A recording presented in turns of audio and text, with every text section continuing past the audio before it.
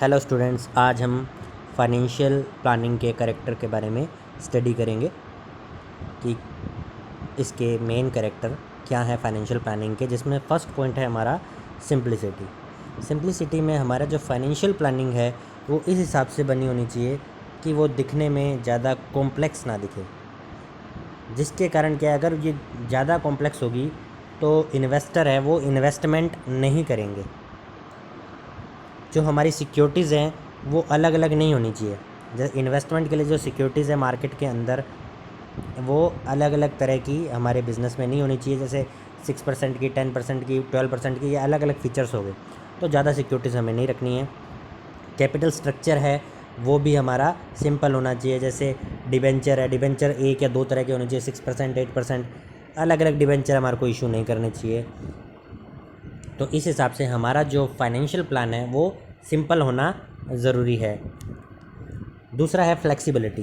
Flexibility मतलब जैसे भी, अगर जिस हिसाब से मार्केट की सिचुएशन है उसी के हिसाब से हम अपने फाइनेंशियल प्लान को चेंज कर सकें। मार्केट में अगर इन्फ्लेशन है तो उस हिसाब से हम चेंज कर सकें अपने फाइनेंशियल प्लान को, और अगर रिसेशन है तो रिसेशन के हिसाब से हम अपने प्लान को चेंज कर सकें। फाइनेंशियल प्लानिंग में हमें ये देखना है जो हमारा इक्विटी शेयर्स है, प्रेफरेंस शेयर्स है और डिबेंचर है, इन तीनों में बैलेंस होना ज़रूरी है। जो हमारा कैपिटल स्ट्रक्चर है वो बैलेंस होना ज़रूरी है। रीज़न उसका ये है कि कभी रिसेशन की सिचुएशन आ गई तो हमें प्रॉफिट बहुत कम होगा। प्रॉफिट तो कम होगा, लेकिन जो हमारा डिबेंचर है और प्रेफरेंस शेयर है, तो ये क्या है, हमारा फिक्स एक्सपेंसेस है, इनमें हमको फ़िक्स अमाउंट पे करनी है। तो in equity shares, preference share और डिबेंचर में बैलेंस होना ज़रूरी है, ताकि हमें किसी टाइम कम प्रॉफिट भी हो तो भी इनका भार हमें ज़्यादा ना लगे। इस हिसाब से ये फ्लेक्सिबल होनी चाहिए हमारी फाइनेंशियल प्लानिंग। फोरसाइटनेस, इसका मीनिंग ये है कि हमें करंट सिचुएशन के अलावा फ्यूचर की सिचुएशन का भी हमें ध्यान रखना है कि फ्यूचर में क्या क्या इवेंट हो सकते हैं। जो हमारी फ़िक्स कैपिटल है, फ़िक्स और जो वर्किंग है, दोनों तरह की जो भी हमारी नीड है वो फुलफ़िल होनी ज़रूरी है। इसके अंदर हम ये देखते हैं। लिक्विडिटी, लिक्विडिटी में हमें ये देखना है हमारे बिज़नेस में लिक्विडिटी हमेशा रहनी चाहिए। लिक्विडिटी मतलब में कैश जब चाहे हमें मिल जाना चाहिए। उसका रीज़न ये है कि कभी कभी हमें अपने जो क्रेडिटर हैं उनको पेमेंट करना पड़ सकता है। क्रेडिटर को पेमेंट करना पड़े तो उसके लिए हमारे पास कैश होना ज़रूरी है।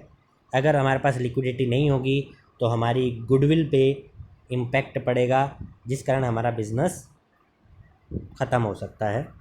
तो इसलिए हमें लिक्विडिटी भी मेंटेन करनी ज़रूरी है हमारे बिज़नेस के अंदर। यूज़फुलनेस, यूज़फुलनेस में जो फाइनेंशियल प्लान है हमारा,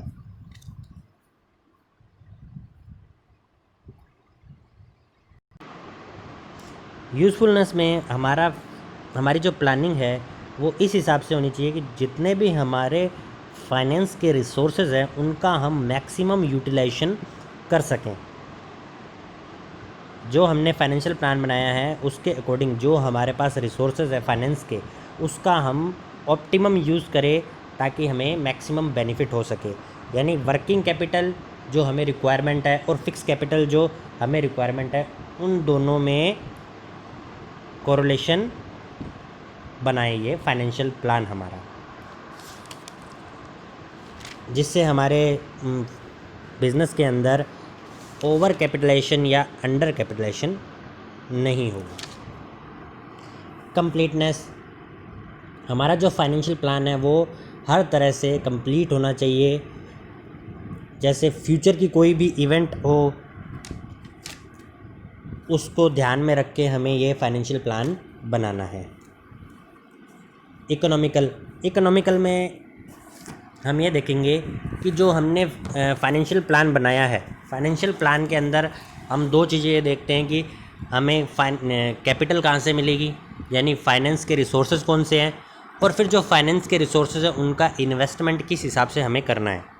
तो जो फाइनेंस के लिए हमने जो इन्वेस्टमेंट करना है उसके अंदर जो एक्सपेंसेस हो गए, और जो हमें कैपिटल रेज करनी है फाइनेंशियल रिसोर्सेज से, उसके अंदर भी हमारा एक्सपेंसेस होंगे। जैसे अंडर राइटिंग कमीशन हो गया, ब्रोकरेज लग सकती है, डिस्काउंट हो गया, प्रिंटिंग हो गया, ये सारे एक्सपेंसेस है।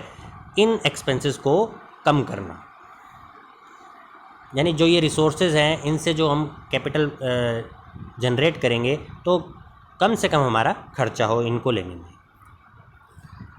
कम्युनिकेशन के अंदर इन्वेस्टर जो हमारे हैं, जिन्होंने हमारे फर्म के अंदर या बिज़नेस में इन्वेस्ट किया है, और जो फाइनेंस जिनसे हमने फाइनेंस किया है, उन दोनों के बीच में कम्युनिकेशन होना ज़रूरी है। हमारे बिज़नेस के बारे में उनको हमेशा पता रहना चाहिए। कम्युनिकेट हमें उन्हें रेगुलर इंटरवल में करना ज़रूरी है, जिससे कि जो ये इन्वेस्टर है उनका कंपनी के लिए, बिज़नेस के लिए जो विश्वास है वो हमेशा बना रहे। इम्प्लीमेंटेशन में जो फाइनेंस प्लानिंग हम कर रहे हैं उसको इस हिसाब से इम्प्लीमेंट करना ताकि हमें मैक्सिमम से मैक्सिमम बेनिफिट हो सके और मिनिमम हमारी कॉस्ट आए। कंट्रोल फाइनेंशियल प्लान के अंदर हम ये देखेंगे जो हमारा कैपिटल स्ट्रक्चर इस हिसाब से बना होना चाहिए जिससे जो आउटसाइडर जो पब्लिक है या आउटसाइडर कोई भी है, उनके हाथ में बिजनेस ना जाए, उनके कंट्रोल में ना जाए। इस हिसाब से हमारा कैपिटल स्ट्रक्चर हो। जैसे हमारी जो इक्विटी कैपिटल है, equity share capital, preference share capital, वो तो कम है, लेकिन हमारे डिबेंचर ज़्यादा हो गए, तो ज़्यादा किसका पोर्शन आ गया? क्रेडिटर का हमारे पास पोर्शन आ गया, तो उनके कंट्रोल में जा सकता है। तो इक्विटी शेयर कैपिटल का ज़्यादा हमारा पोर्शन बना रहना चाहिए। लेस रिस्क फाइनेंशियल प्लान इस हिसाब से बना होना चाहिए जिससे जो हमारा रिस्क है बिज़नेस के अंदर वो धीरे धीरे कम होने लगे। अब हमारे हैं फाइनेंशियल प्लानिंग के टाइप्स क्या क्या हैं। 3 तरह के हमारे टाइप्स हैं, शॉर्ट टर्म, मीडियम टर्म और लॉन्ग टर्म। शॉर्ट टर्म के अंदर हम प्लान जो बनाएंगे वो 1 साल के पीरियड का रहेगा। वैसे शॉर्ट टर्म जो प्लानिंग है वो मीडियम टर्म और लॉन्ग टर्म प्लानिंग का ही पार्ट होती है। शॉर्ट टर्म प्लानिंग में मेनली हम वर्किंग कैपिटल मैनेजमेंट का प्लान करते हैं, यानी डे टू डे जो हमारे वर्क है उनके लिए कितना हमें एक्सपेंसेस करना है, कितने हमें रिक्वायरमेंट है फंड की, उसका हम प्लान करते हैं। शॉर्ट टर्म फाइनेंस प्लान के अंदर हम बजट का प्रिपरेशन करते हैं, फंड फ्लो, कैश फ्लो, जो 1 साल के पीरियड के अंदर जो हमें स्टेटमेंट बनाने होते हैं वो सारे शॉर्ट टर्म प्लानिंग के अंदर ही हम बनाते हैं। बैलेंस शीट हो गया, ये सारे के सारे हमें शॉर्ट टर्म प्लान के अंदर काम करने होते हैं। फिर है मीडियम टर्म होता है 1 साल से लेके 5 साल का पीरियड। मीडियम टर्म के अंदर हमें जो एसेट्स है, अगर कोई एसेट रिप्लेसमेंट करनी है वो उससे रिलेटेड काम करना है, उसका रिपेयर मेंटेनेंस से रिलेटेड या रिसर्च एंड डेवलपमेंट का जो काम है उसको चलाने के लिए, ये सारे हमें। और शॉर्ट टर्म प्रोडक्शन से रिलेटेड भी कोई वर्क है उसकी मैनेजमेंट के लिए कितना हमें प्रोडक्शन लगेगा काम करने के अंदर, ये प्रोडक्शन का एक्सपेंसेस क्या रहेगा, ये सारा हम मीडियम टर्म के प्लानिंग में करते हैं। लॉन्ग टर्म की प्लानिंग के अंदर लॉन्ग टर्म प्लानिंग का पीरियड वैसे 5 साल से ऊपर का रहेगा। इसके अंदर लॉन्ग टर्म से रिलेटेड जो भी हमारी प्रॉब्लम है उसको सॉल्व करना, कैपिटल जो हमें रिक्वायरमेंट है हमारे बिजनेस के लिए वो उसके लिए प्लान करना, किसी एसेट को एक्वायर करना है वो देखना है, फिक्स एसेट्स का रिप्लेसमेंट करना है, डेवलपमेंट और अपने बिज़नेस को एक्सपेंड करना है, उससे रिलेटेड प्लान के बारे में हम इसमें स्टडी करते हैं। तो ये हमारे फाइनेंशियल प्लान के टाइप्स हैं।